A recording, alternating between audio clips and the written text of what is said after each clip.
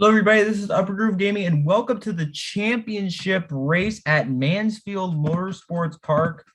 We have 42 drivers ready and set to take on this race, including Denny Hamlin and Joey Logano, who are battling for the championship. Logano won the pole. I believe he's 50 points behind Denny Hamlin, so we'll see how that turns out as the race goes on. His teammate Ryan Blaney starts to his outside, and throughout the race, it has been absolutely chaotic. Drought practice has been absolutely chaotic.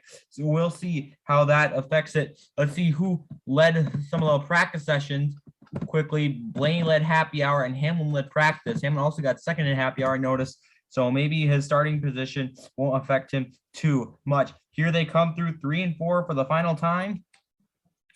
And off of turn, yes, Denny Hamlin's 50 points ahead of Logano. Byron 65 points back. He starts with green flag in the air. We are racing here at Mansfield Motorsport Park. And Ryan Blaney gets a jump from the outside, but through 1 and 2. Oh, and Keselowski into the wall down the backstretch. And I think the caution's going to come out back up in front of traffic. And I think Logano is going to take it to the line as Larson gets a second. But let's see what happened to Brad Keselowski.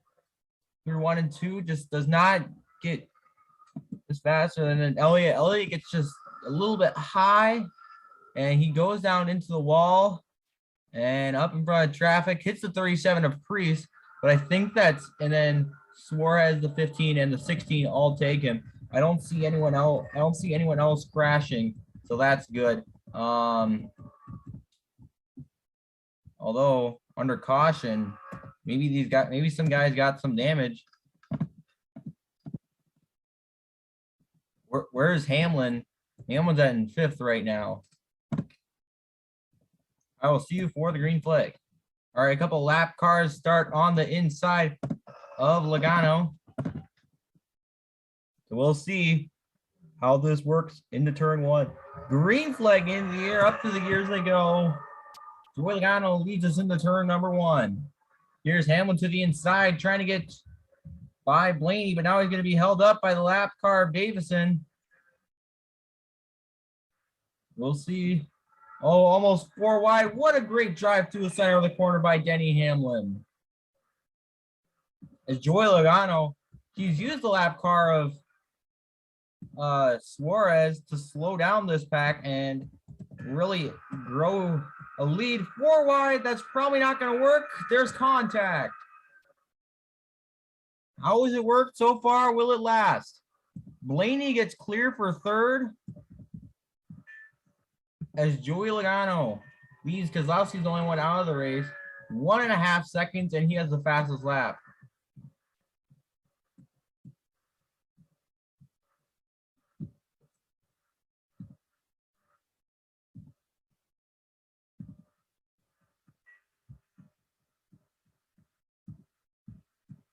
There's Dillon trying to surge ahead.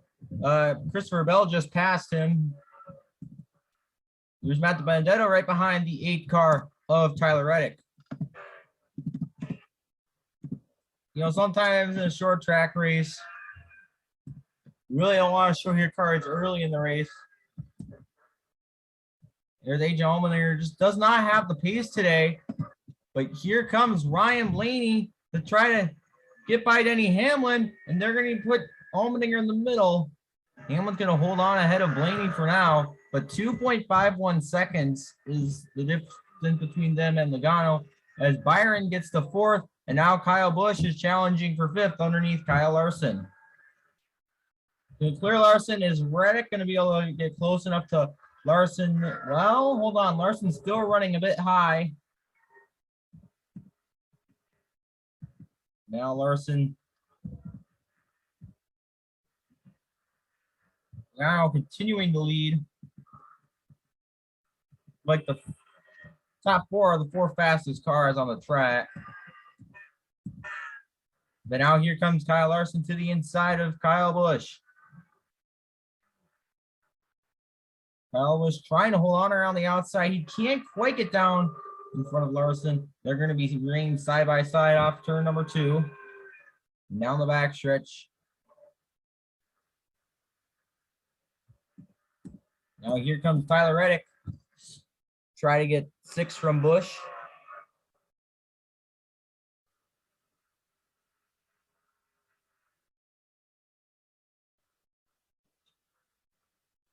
Reddick's now going to clear Busch, and here comes the 20 car, Christopher Bell.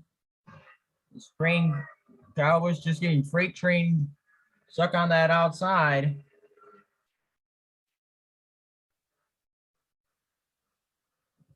Now here's Matt DiBenedetto to pass Kyle Busch.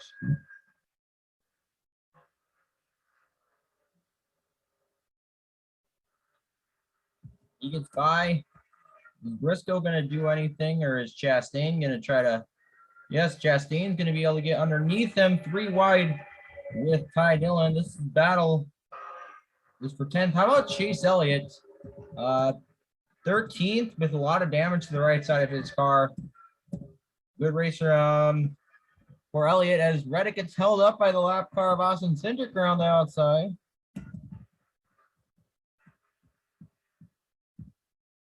Logano's lead is down to about a second over Hamlin. As even if Logano leads the most laps and wins, he'll still finish, and Hamlin gets second. He'll still finish 35 points behind him as William Byron just blows past the 12 car of Ryan Blaney, and he gets the third. Well, these 4, they've been the top 4 most of the season, and it's once again showing as there's a big gap between Blaney and Larson. As now Logano's held up by the lap car. I think it's I was gonna say Smithley, but almost contact there. As this is allowing Denny Hamlin to catch up, and same thing with Byron and Blaney. Logano finally gets to the inside, but the damage is done as his lead is only a shadow of its former glory, as we're almost halfway through this race.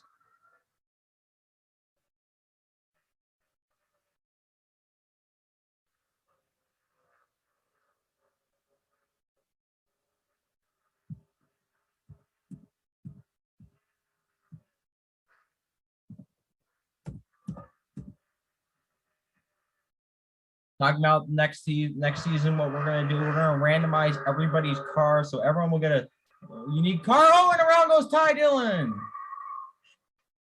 He got turned off the front end of the 7 car of Corey LaJoie, and the caution has come out for Ty Dillon spinning just when the action was really picking up on the track.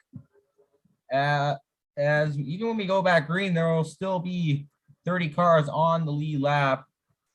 This happened, I think, right behind the leaders. All right, let's see what happens here. He's just, right near the leaders.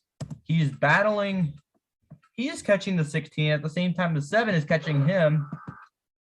As I think, he's LaJoie is a lap down. The 16 is 2 laps down, or 3 laps down, and 96 is 2 laps down.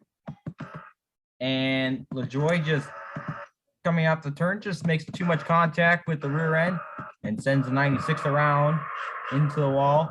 It doesn't look like there was any other damage. Well, Hamlin nearly got pitted up on the outside. We'll see how all those lap cars on the inside. We'll see what that does for this restart. Green flag up to the gears to go into turn number 1. Looks like the outside just gets a great acceleration. 16 slowing these guys up, and looks like the top 5 or 6 or all the way back to Kyle Busch are well clear of them. But now Allmendinger drifts up the track, and he's going to fall back through traffic. So here comes Tyler Reddick making a move on Matt DiBenedetto. This is for 6th place. Reddick gets to the inside, and Christopher Bell following right behind him. As Kyle Busch has put a big gap. The next guys, and it looks like the caution has come out. Maybe it's Justin Haley because he has some damage to the right side of his car. Let's see what happens here. Looks like, oh, there may have been contact with Cody Ware. Yep, Cody Ware just dumps him down the backstretch. You don't know if there was any hard racing as Kevin Harvick gets into the wall in the back of the pack as well. Harvick has not had a good race. That 4 car 27th, although he does have the 10th fastest lap, so maybe he just had a bad qualifying run. So we'll see top line. There's no lap traffic in between them. He has to go back to after Kyle Busch and 10. Green flag in the air. Denny Hamlin. Looks like Joey Logano has damage to the rear end of his race car. We'll see if that affects him. As Hamlin's sticking with him, a great restart for the number 11 car. Byron and the rest behind them were not able to keep up so far. Is Benedetto right behind Tyler Reddick. He wants to pass him and get to 6th.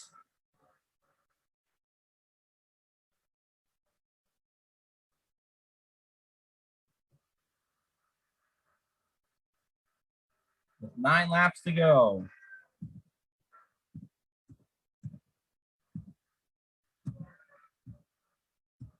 Oh, and I think a caution has come out.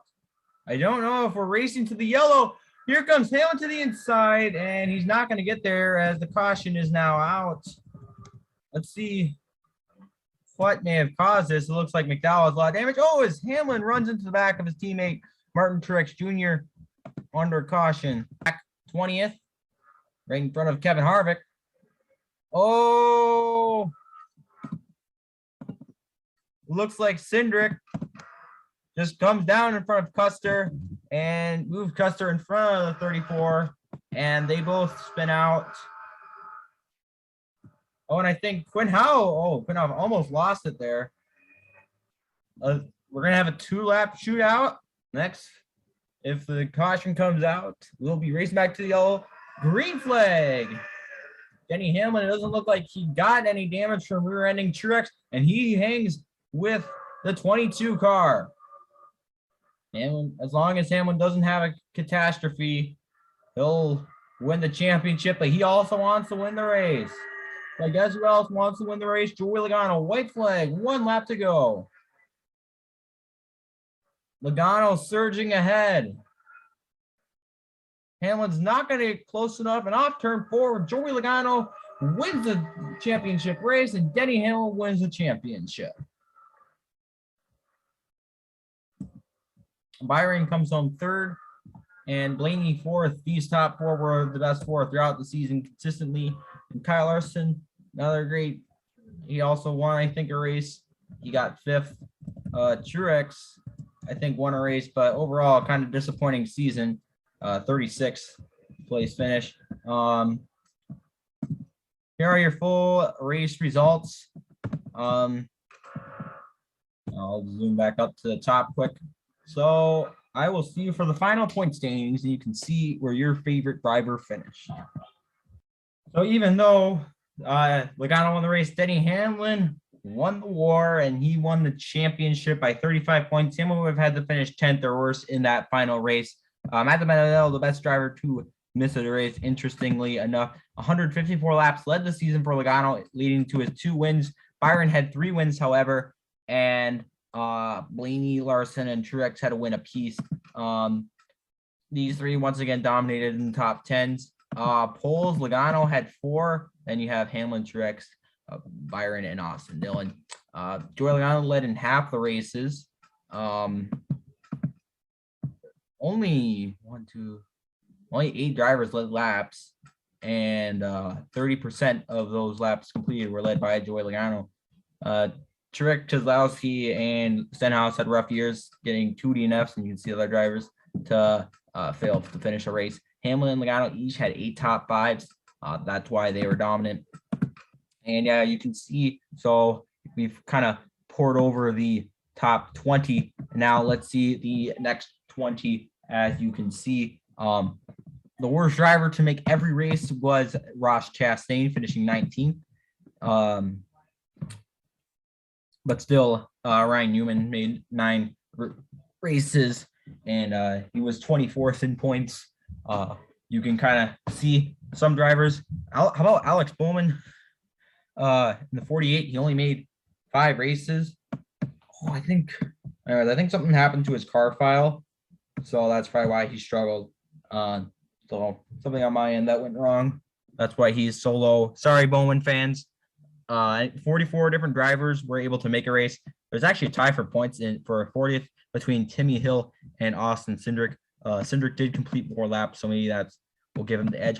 The Bandit only finished 1 point outside of Chris Buescher, interestingly enough. EJ Allmendinger only scored 40 points in his lone result. Thank you guys for watching. I will show you the points under the current NASCAR format as well as the F1. So under this points format, the current NASCAR format, Byron would have actually finished ahead of Joey Logano and only 10 points behind Denny Hamlin. We're one positions, 1 point each. So yeah, that is interesting. And I can see all of them. So under the F1 format, Logano only finished 3 points behind Denny Hamlin, interestingly enough. Martin Truex Jr. would have gotten as high as 5th with his win. Interestingly, that he finished much higher than Kyle Larson would have finished.